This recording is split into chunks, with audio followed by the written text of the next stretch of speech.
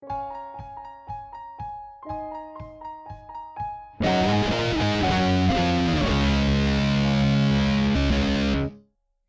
everybody. Welcome to another week of A Bro's Guide to Glitter. Today, we'll be talking about Starbucks. We're going to be talking about our relationship to coffee, what we think about Starbucks seasonal drinks, why certain drinks are considered more masculine or feminine, and about other non-coffee drinks that are considered more feminine. My guest today is someone who I met in 2014 when we both did a production of Anything Goes. We ended up spending more time together in high school when he directed me in a production of the musical Ruthless. He's a big coffee drinker and for a while was Winnie the Pooh's bouncer at Disneyland. This past year, he finally graduated from Chapman University. Please welcome Nick Wratten. Hi, hello. Thank you, Sarah Gluce, for having me on the podcast. I'm delighted to be here. Thank you for being on the podcast. So tell the followers, you still living in SoCal, I assume? Yes, I graduated from Chapman University, spring 2021. I had the fortune of seeing my graduating class for the first time in a year due to the coronavirus at my actual graduation. So that was a good time. And then as part of my re-entry into society, I decided to stay at Disney a little bit longer. So I am still Winnie the Pooh's bouncer. All the characters, actually. I just hang out with them, gab around with them, protect them, while I get my writing career off the ground, which is the hopeful end goal. Nice, nice. That sounds really fun. I mean, obviously, big Disney fan, obviously. So, it just sounds like you got, just a nice setup going. And especially post-COVID to, be back in the action of Disneyland. That must be really fun. Oh, for sure. I've always thought my favorite part of the job was the ability that's afforded to me to kind of meet everyone around the world, whether it be, truck drivers from Idaho or lesbians from Japan. I really have met everyone under the sun. So after, a couple months of really not seeing much of anybody due to the pandemic, it's been a lot of fun re-meeting the world. That's a really funny point you make because I've definitely noticed that. Like when you look at the Disneyland cast members' tags and it says where they're from, I think I like that they don't just hire any teen available in LA. Like they get people from around the world. And that's kind of like how people want to work for Disney and how Disney's picking the best people instead of just, the first teenager off the street. Oh yeah, but even beyond cast members with guests, yes, I'm technically with the character all day, but my job is essentially, I mean, the role is called entertainment host, and a big part of our job is just talking to guests all day long. So I'm happy to be continuing my conversation this evening. I feel like I got a good warm up working with the princesses and, you know, talking to them and the guests that come to see them, and now talking to Miss Sarah Gluce. It's a delight. Yeah, I was about to say, they're paying you for your personality, and, I'm getting it for free. We're doing this for free. Oh, my agent will talk to your agent.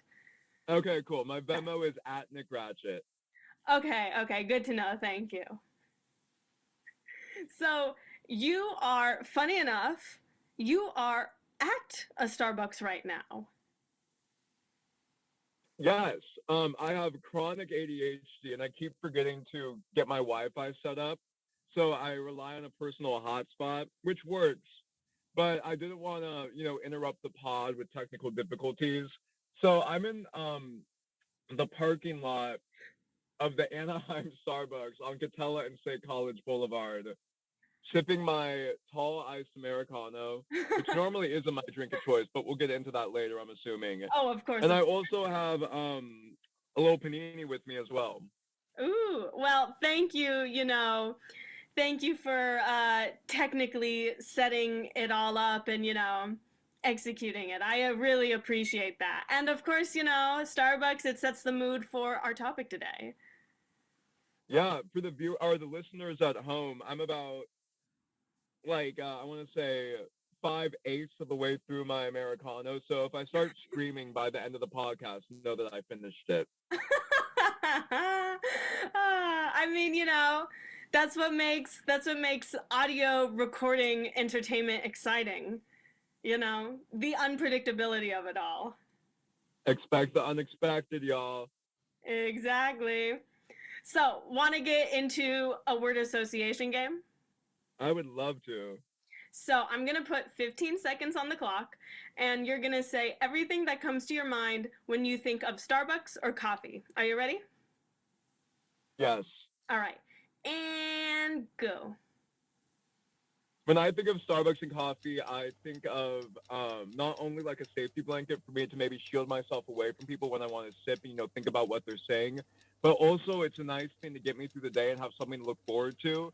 I love medicating myself, and Starbucks is something that's, societally acceptable to do, and it gives me, my wings to soar throughout the day and throughout life. I like that. I think that's a very nice, mission statement for coffee. Thank you. Yeah, I like to treat myself like a nonprofit. You gotta feel it. You gotta spend more than you have. Exactly. So, you mentioned, you had a typical coffee order different from Americano. What would that be? Well, Sarah, it really depends on, I guess, like the era of my life and also the time of day. Since sometimes I go Mm. more than 2 times a day, and just the seasonal offerings. I really am not one of those people who has the same drink over and over again. I kind of go through eras. I remember sophomore year Like of college. Taylor. Like who? Oh Like yes, like Taylor. Taylor Swift. Absolutely. Yeah, so I'm in my Americano era, which I think probably translates to reputation. But back in the day, I mean, you know me from my high school days where it was probably, I think, probably venti iced coffees, and I think that was the trendy thing back then. I think it was. You always saw it on Tumblr or on Twitter. People would be like, "I love my iced coffee for my breakfast, lunch, and first dinner." Um, so that was definitely a thing back then. And then in college, going to Chapman, I felt like Starbucks was sometimes a thing to do. Like everyone was bored, so you'd load up the car with the gang and then head to the Starbucks drive-through. And just like gave us something to do some days when we had nothing else to do like freshman year. So it was definitely a very diverse order slate back then. But I remember I had an era of like soy iced latte, and I think that was my coming down to SoCal, wanting to be an LA person. But then it started making me break out. So yeah, soy is not good for your skin. If anyone's listening out there and is wondering why their skin is breaking out. And then I went through my Keurig phase when the pandemic happened, and I couldn't go to Starbucks like every single day, like on campus or after work. Money too. But right now, I am listening to my body a lot more and like what it's telling me and trying to take better care of my health. So I've tried to cut back to 3 coffees a day. And I like to do smaller sizes now and not just drink coffee for the sake of drinking coffee like I used to for entertainment. Yeah. So like this morning, well, actually, I ordered Thai food last night and they gave me a free iced coffee. So today wasn't normal, but I'll backtrack to like yesterday. Um, I on a typical day, I feel like I make a Starbucks Keurig pod in the morning while I walk my dog. I have my adult moment at the dog park, drinking my coffee, looking mysterious while my little horse runs around. And then I go into work. I would say like midday, I'll probably get either a cup of coffee from like a cafeteria backstage or the Starbucks we have on property. Disney, if that's a secret that we have one of those, I'm so sorry. Please don't fire me. But So yeah, I'll have a little pick me up in the middle of the day, and then depending on what I'm up to that night, I'll grab a Starbucks on my way out of work, and sometimes like just food from Starbucks since I don't really like to cook, and sometimes I'm too lazy to like stop somewhere on the way home. So I kind of live off those paninis and Starbucks drinks in general. So I do feel well equipped to speak on the subject this evening. You certainly, you certainly made yourself an expert just in that explanation of what you typically order. Oh God. Okay. Cool. I'm glad. I mean, I think it's good that you change orders so often because I mean, spoiler alert, I'm not a coffee drinker. Part of that being because I don't like the bitter taste. Part of that being I'm kind of childish in how picky I am. I fully admit it. But if I usually order hot chocolate. I love hot chocolate. I'm a big hot chocolate fan. But certainly, certainly if you're having coffee at, every meal pretty much every day, then it like is good that you fluctuate and adjust based off of your mood and, as you say, your body. Oh, for sure. Yeah. Like when I'm in my like health eras, I try to do like tall drinks, which like you knew me back then would have been unheard of back then. Um, Also, I'm now entering the old age of 22. Well, I am 22. And I'm starting to be concerned. It's not happened yet. Don't get it twisted. But I am aware that men, as they age, start losing their hair. And I'm very much afraid that with a copious coffee consumption, that would fast track that, and I cannot have that happen. So I didn't I'm even know pumping the about brakes that. a little bit, just a little bit. Yeah.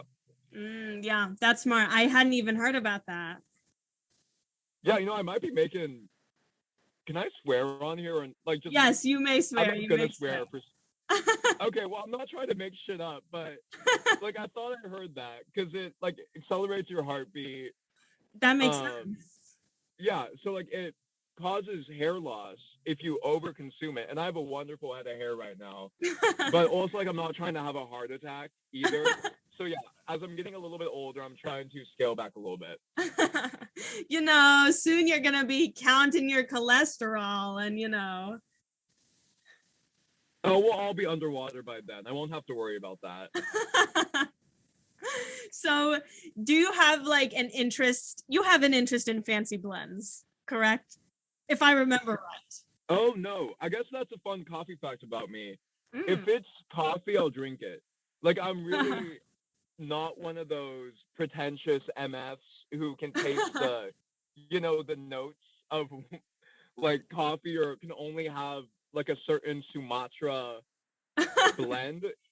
I remember I read a essay in a high school that I actually sent to Mr. Peary like junior year. I didn't write the essay. I found the essay online and it was called A Case for Bad Coffee.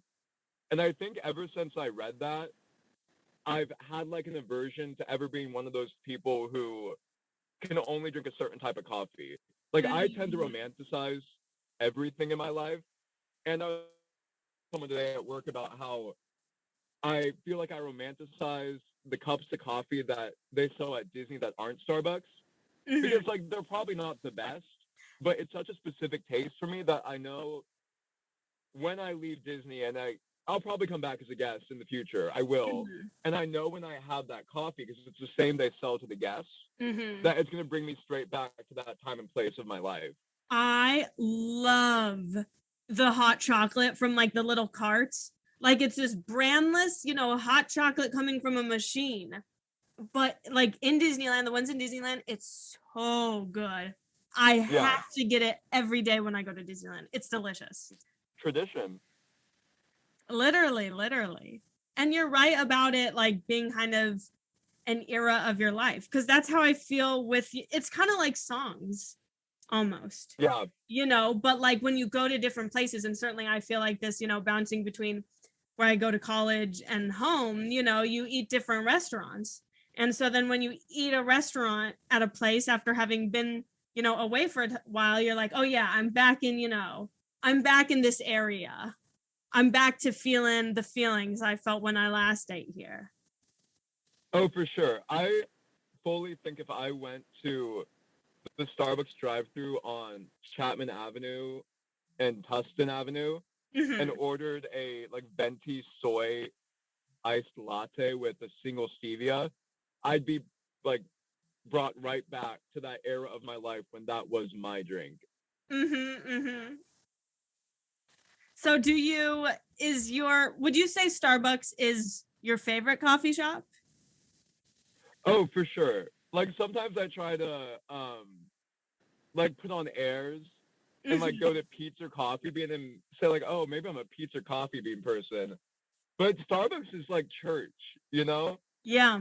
Like it's always been there for me. Um and in some ways I guess it is a security blanket to know that no matter where I go, like I can have the worst day of my life, but at the end of that day or during it or at the beginning of it, I can always have all reliable on standby. Mm-hmm. Mm-hmm.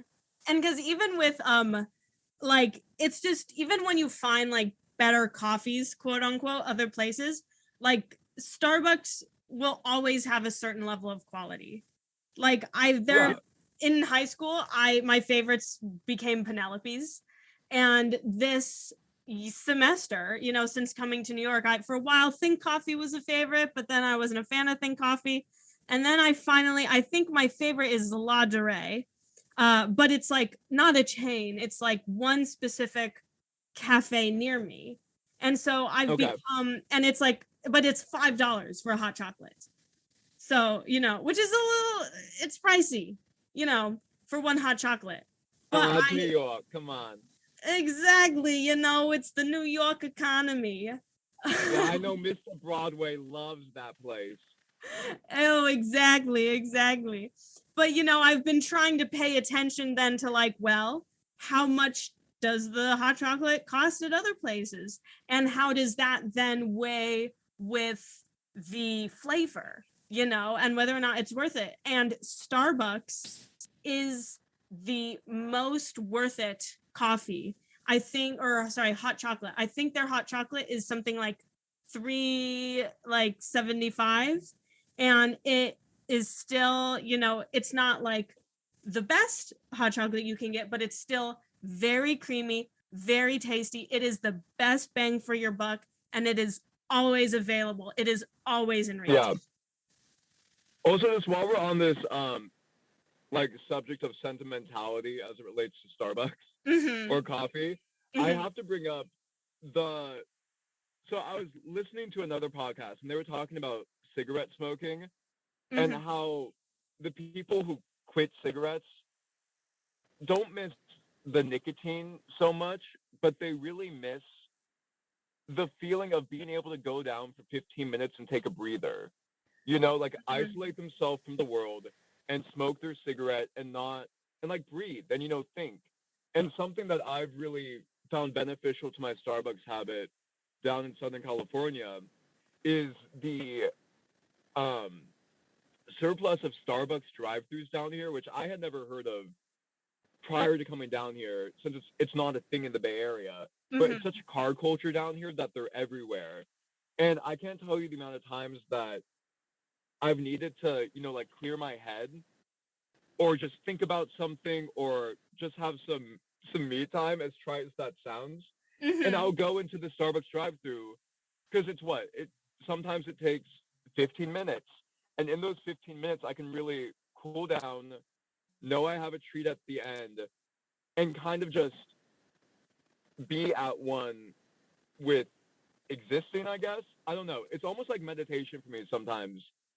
Go Yeah. into the Starbucks drive-through and just sitting back for a second and like not letting anything bother me, just listening to music, looking at the palm trees that flank the Starbucks. It's really Yeah. I highly recommend it. I've cried in Starbucks drive-throughs.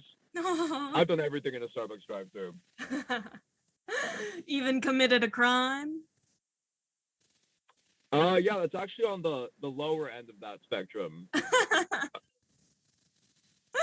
That's definitely a good point. I have heard that about cigarettes. I remember that from an episode of Friends where Rachel started to smoke cigarettes just so she could hang out with her boss on break. Yeah,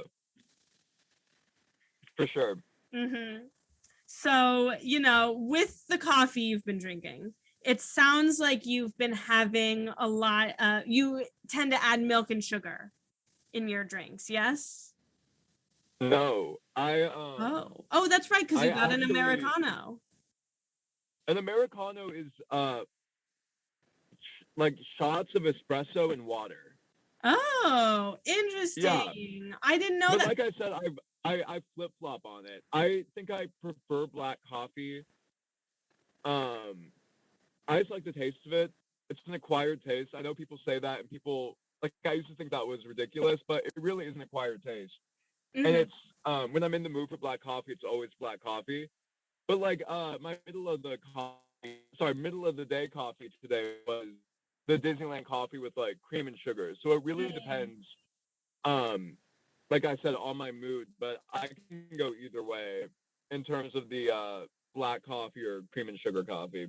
It's a good thing I know what the difference between an Americano and a black coffee now, because before I just assumed, because I had like, I think I thought this way from like one time when I went on vacation to England. I just assumed that Americano was just black coffee. But so now I know Americano and black are different, yes? Yeah, I mean they kind of have the same taste. But black coffee is just straight up coffee, Mm-hmm. and then an Americano is a stronger version of that because it's Mm. the shots of espresso and the water. If I remember right, the term comes from Italians just needing the shots of espresso, but American consumerism is kind of predicated on like drinking bigger things. Mm-hmm. So an Americano would be the shots of espresso with more water and probably a watered down flavor too that Americans can handle since the Italians have been doing coffee forever, you know? Uh-huh, uh-huh. That makes sense. I can see Don't that. quote me on that though. Don't quote me on that. So then how do you feel about the stereotype about black coffee being something that's quote unquote manly? Um, I honestly, I mean, I don't know. I feel like I can assume that that's something that people would think, Mm-hmm. but it might be a Southern California thing. But I've never really run into that stereotype, or I've had people look down Interesting. on me for having like a foo-foo drink, you know? Um, Interesting. yeah, no, I know the stereotypes definitely exist, but Mm. I Yeah. personally have never encountered someone who like held those beliefs and actually took them seriously. Yeah. I definitely do think that it's a cartoon stereotype. Yeah. That is to say it's not one that's looked down upon or enforced. And I was telling my dad about this. I brought up this specific stereotype, and he's like, well, anyone can drink black coffee, and of course there's tons of women and non male identifying people who drink black coffee, and there's tons of men who don't drink black coffee. But then I was like, yeah, I totally agree with you, Dad, but like, what do you drink? And he was like, black coffee. I'm like, uh-huh. And then what does that guy your age drink? Black coffee. And I'm like, uh-huh. So at some point it's just a phenomenon that you've got these dudes depriving themselves of milk and sugar.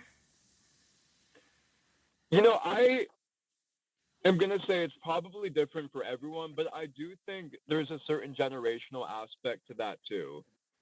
Because Mm-hmm. my mom drinks her coffee pretty strong and pretty black. Mm. Um, but I think if we're going to be talking about coffee, we also have to be talking about like frappuccinos. Like I don't see Yes. like your father drinking a frappuccino. I don't think my mom would drink a frappuccino, but I see, you know, guys of all shapes, sizes, and orientations drinking frappuccinos. So I Mm-hmm. think it might be more normalized for our generation to be, consuming different kinds of coffee. But the one coffee drink I will say I think has a negative connotation to it is the pumpkin spice latte. Um, Yes. yeah, I I think that's the one drink for me that like my friends in my community down here would say has a more feminine leaning um or is more feminine leaning than any other drink. And I think that's probably Yes. there's probably more drinks like that that I'm just not thinking of. Mm-hmm. But yeah, Yes. Have you? Because when I was thinking of those drinks that are considered feminine, you know, the first thing I thought of obviously was the pumpkin spice lattes, and of course then the other like seasonal promotional drinks, like the pinkety drink and the lavender drink and the very berry hibiscus. Have you had any of those? I have had those. And I could see a scenario where like a cis het man Mm-hmm. doesn't want to be seen with those. But I feel like to me that would have to do more with the aesthetic of carrying around a bright pink drink as opposed to like the actual flavor and um assumptions that one would make about the drink, if that makes sense. Like I think it's more Yes. of an aesthetic Yes. thing to be seen with a Starbucks cup that's like bright pink to go to the counter and order a pinkety drink. Mm-hmm. But I don't think it has much to do with the flavor as opposed to like what I was saying with the aesthetic of it and the cultural implications of the color pink and of something called a Yes. pinkety drink. Yes, that you're going right into the next thing I was going to bring up, which is the idea of these drinks Instagram aesthetics. Because you and I were talking about this before the podcast, and this was the big thing that made me think about talking about Starbucks, because of course, you think of Starbucks and it doesn't, scream feminine girly.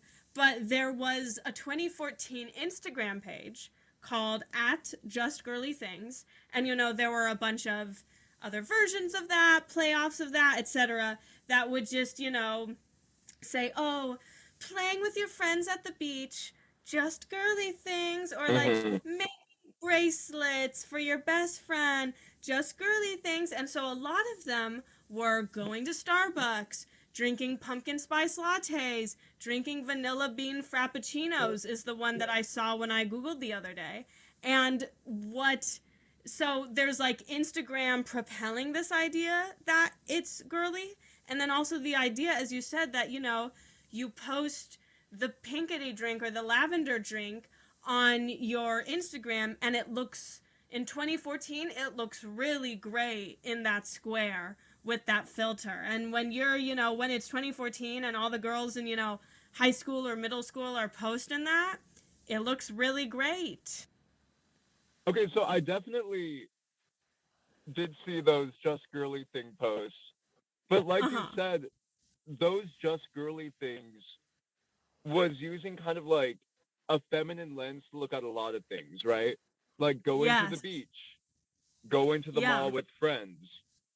Yeah. So I know there probably was a bit in 2014, like I don't even know how you call it, like a girly assumption one would make about Starbucks. But Yes, I also, know exactly. Mm-hmm. like, I think that's just because of the aesthetic that Just Girly Things was using. Like, I think there were still people who were ordering vanilla bean frappuccinos, but who weren't seeing it in the way that Just Girly Things saw it, just in the same way that people could have gone to the beach in that era and not seen it through the girly lens that that account was kind of um how do you say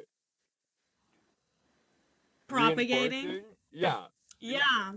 Definitely, definitely. I agree with everything you're saying. And that's kind of what, I mean, as you said, like the pinkety drink, the lavender, it has the word pink associated with it and the, visual. So there's already that. But even with the things, something as simple and as gender neutral as, a vanilla bean frappuccino, it's only the color white. How is that one gender or the other? And pumpkin spice latte, which comes in one of the, solid cups. You don't even look at it. It's not even aesthetic from the outside. But, just the lens, the female lens, and whoever, puts a stake in it, puts a stake in it. Yeah, and on that note, I feel like people who are on aesthetic Instagram and who really, really care a lot about Instagram, especially in 2014, we're Mm-hmm. we're women or women Mm-hmm. identifying in girls. Because I Mm-hmm. feel like you could turn anything in the world into a masculine or feminine thing with the right editing, the right composition of the photograph. Like I could walk into the Starbucks I'm looking at right now and photograph an aesthetic that would skew masculine. Because if you walk into Starbucks, it's not like the pink drink is splattered on the wall and it's bright pop Yeah, colors. It's really like earth tones, black and silver. So I you're think right. And a part lot of of the the leather chairs. part of the reason why Starbucks is viewed as a feminine thing by some people is because the people who run the internet are more often than not women and gays. And they're going to translate their aesthetic of anything onto the internet. And like the Mm-hmm. Starbucks near my house in the Bay Area literally has a fireplace with like armchairs around it, and old men like congregate there and talk about the news or talk about the world. So I think the reason we see Ah. Starbucks as something more feminine is because the people who kind of are the tastemakers of the internet and have those design capabilities and aesthetics, they always will skew to the more feminine. And then that Mm-hmm. trickles down from, like Tumblr posts and Instagram influencers. That will trickle down into people seeing that in their popular feed or their explore feed. And then that's how I think people get that idea that the lens that these influencers are looking at is the quote unquote norm of what that thing is. Yeah. Well, and I think too, in to like balance out the idea that aesthetic internet is girly or like maybe not so girly anymore, I feel like thinking about it, Starbucks and like posting Starbucks on um, social media was like one of the beginnings of food aesthetics. I mean, I'm sure that Yeah. there's always been food bloggers who post, pictures of mashed potatoes. But, mashed potatoes are mashed potatoes. Those Starbucks drinks, like, those looked pretty. Potentially. They looked pretty. But nowadays, there's more than just Starbucks. There's, like, businesses that open with the whole point of going viral. I mean, I remember when Cream first opened. Cream in downtown San Mateo just closed, but I remember when it opened, people were doing the same thing they were doing with Starbucks. They were like taking aesthetic photos of their little cookies and posting them online, and now people were doing that with Mochi Nut in downtown San Mateo last summer. Okay, you were cutting out right there. I got mochi nuts. Oh no. But can you hear me okay? Is it my internet or is it your internet? I can hear you perfectly. It might be your internet, but I can repeat what I was saying. Okay, like yeah, you don't have to repeat the whole thing if you don't want to, but we were talking about like the ways aesthetics from the internet can influence like life, I guess. But yeah, mochi nuts. Yes, I was saying that like Starbucks was the beginning of food aesthetic on Instagram. I mean, obviously there were other like regular dishes, but it was the beginning of food aesthetic for like small businesses, for fast food restaurants. But now, think about Cream.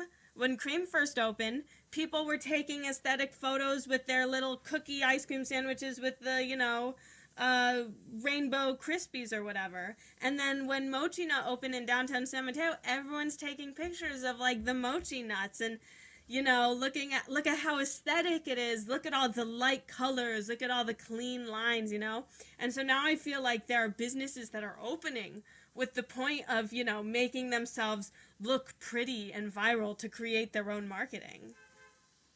Aesthetics and design, the people who are more feminine are obviously going to be more attracted to that than the masculine crowd. So I do think that, like I said, feminine people run the internet more so than masculine people because they have an interest in design, composition, and culture. So Mm-hmm. I think that just helps, like you were saying, propagate the stereotypes of Starbucks being feminine or really anything that has an aesthetic beyond just not much of an aesthetic, for lack of a better words. Mm-hmm. That brings up a good, idea, a good prompt for this podcast. Maybe I'll have to do an episode on social media. If you did a podcast on that, I think you'd be here for hours. Definitely, definitely. So, we talked all about coffee and the different, coffee drinks and Starbucks drinks that are considered feminine. Uh, and, might I add, it's funny because Starbucks was named after the character Starbuck from the book Moby Dick by Herman Melville. So, I'd like to think that's a reflection on good old Herman Melville. Yeah, shout out Herman Melville, shout out Dave Peary. I do think Starbucks was founded, like in Seattle, as like not Mhm. something that was feminine at all. Like I really think that was just marketing and like brand development that took over. But like you were saying with Starbucks name origin, it definitely wasn't something that had the intention of being what it became. Oh my God, Dave Peary, please don't listen to this. Sarah, you can't send me that because that was gobbledygook in terms of the English language.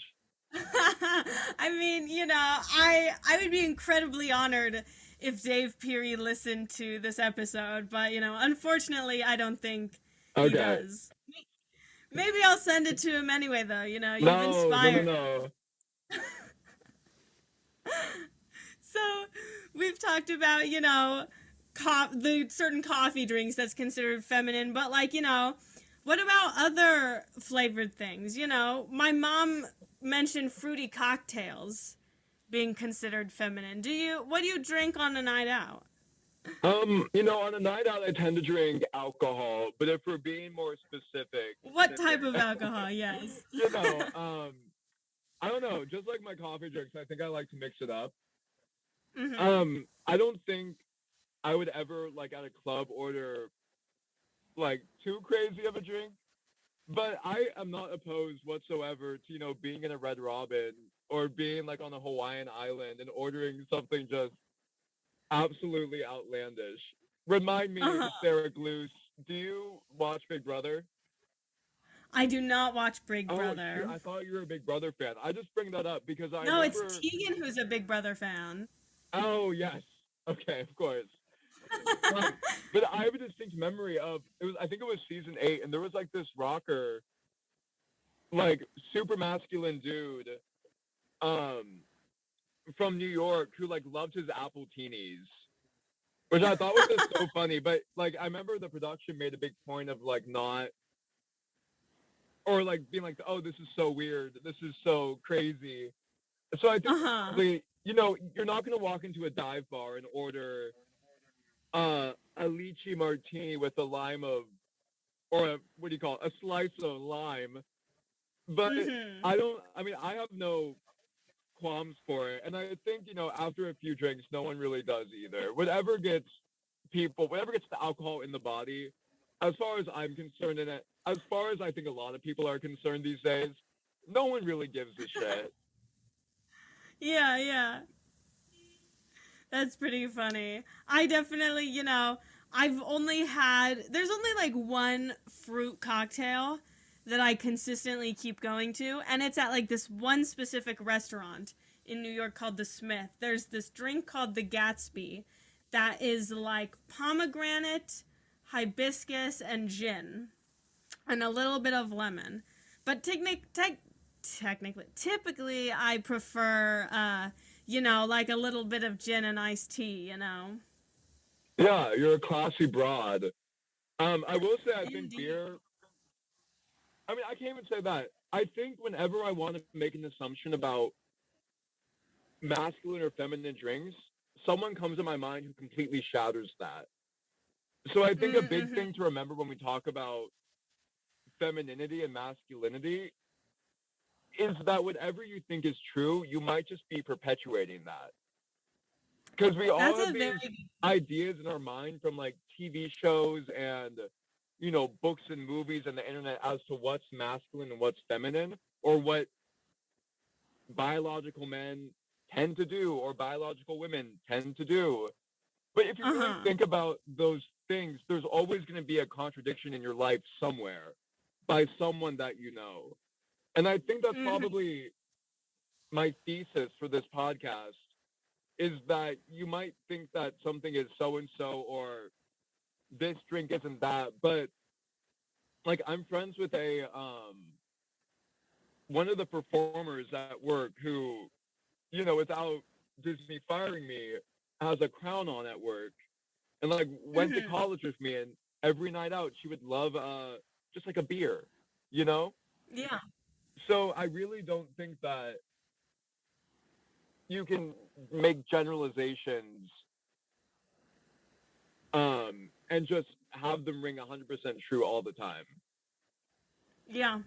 I think that's like the beauty of every episode of this podcast, has been, I mean, there have been some things that are specifically targeted for women, like the Barbie movies, which was the first episode on this podcast. We talked about the Barbie movies. They have majority female characters. They were like marketed specifically for little girls. That was their mission statement. But with a lot of these, casual things, it's just like there's nothing about it at all that denotes gender. It's just someone along the way was like, okay, this is a woman's thing. This is a man's thing. And it just caught on even though that's not at all the population engaging with the said subject. Absolutely. I mean, I don't really see Starbucks commercials on TV, but I have seen beer commercials on TV. And I think beer being more of a guy's drink is Mhm. perpetuated by marketing departments thinking that maybe rightfully so that the majority of their um, drinkers are male identifying. Mhm. Mhm. Well, and even when you say beer belly, when I think of a beer belly, I think of like kind of a man in his 40s with a paunch. Yeah, I don't think of a woman with a beer belly. I don't know what a beer belly would look like on a woman. So there's also these images formed in your brain that I can't really fix that cuz I can't really say I've seen a woman with a beer belly. Maybe I have, but maybe I didn't know it was a beer belly. Whereas, I with men who have beer bellies, you're like, "Oh, that's a beer belly." I don't know why, but that's just what my brain does. yeah, we're programmed for it by our upbringing and by these marketing departments. So, we are now at a very special segment of the podcast called Convince Chelsea.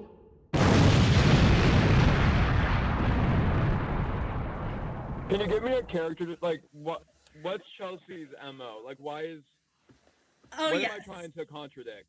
Oh yes. Oh yes. I have a setup. I will put you in your scene. I'll give you Okay, your moment cool. before. Awesome. So imagine this, Nick. Imagine this. You're, going into Starbucks. It's been a long day at Disneyland. You're really tired. You're really fatigued, but you need your Americano. You walk into Starbucks, and there's a 14-year-old named Chelsea. She's standing there with her vanilla bean frappuccino, and she looks at you with her, little girl posse, her 14-year-old girl posse. They're very scary. They're very scary. You know they're judging you. She goes, gasp. A man in Starbucks? What are you doing? Don't you know Starbucks is for girls? Just Girly Things on Instagram has told me so. You must now convince Chelsea. Listen, girl. Everyone loves Starbucks. Is it Kelsey or Whenever Chelsea? you're ready. What? Kelsey or Chelsea? Chelsea. Okay. Well, I guess I would hope that Chelsea did not have any ambitions beyond being a homemaker in her life. Because if she wants to, follow gender expectations, that's what she's going to have to do. I hope that she never wants to wear pants ever. I hope that she doesn't want to vote. I hope that she doesn't want to do a lot of things that were once deemed too masculine for women to do. Do you know what I mean? I know what you mean. I mean, progress in this country for, I guess, every minority group has been by defying something. And I know Starbucks isn't the same as like the right to vote, but if Chelsea wants to play soccer and she's coming after my Starbucks, I'll come after her shitty kicks. I'm sure her kicks are wonderful. That wasn't a sexist thing. That was just me trying to bring Chelsea down because now I'm getting angry at her. But if we're gonna tell women, which we should be, that they can do everything that a man does, we can't backtrack and say that men can't or shouldn't be doing things that skew more traditionally feminine. And I know her little 14-year-old brain probably cannot grasp that. And she probably didn't mean it to go that deep. And I think she might be crying right now. And oh my God, her mom, Karen, is coming to ask me why her daughter is crying. But I think that if we're going to let feminine identifying people or people who skew feminine enjoy masculine things too, we should let masculine people enjoy feminine things as much as they want. I think that is very well said. Thank you very much, Nick. Thank you. I feel very inarticulate tonight. So, No, that's very articulate. You just kind of summed up the whole point of the podcast. Oh, wow. Which is to say, if we're, encouraging women to do everything that, men are allowed to do, therefore men should be in, women, labeled spheres too.